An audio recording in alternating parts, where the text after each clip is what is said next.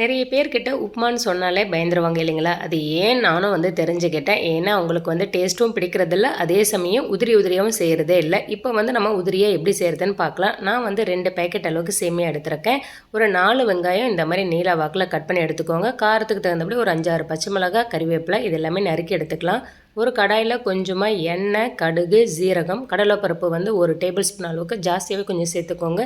ஏன்னா கடிப்பட்டு சாப்பிட்றதுக்கு நல்லாயிருக்கும். அதுக்கு அடுத்ததா உளுத்தம்பருப்பு, கொஞ்சம் காஞ்ச மிளகாய்.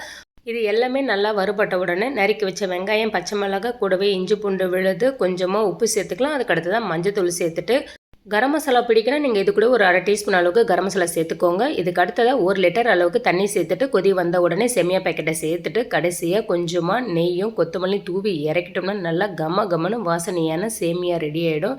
ட்ரை பண்ணி பாருங்கள். சட்னி, சாம்பார் எல்லாத்து கூட வச்சு சாப்பிட்லாம். செஞ்சு பார்த்துட்டு நம்ம சேனலை மறக்காமல் கமெண்ட் பண்ணுங்கள் அண்ட் சப்ஸ்கிரைபும் பண்ணிவிடுங்க.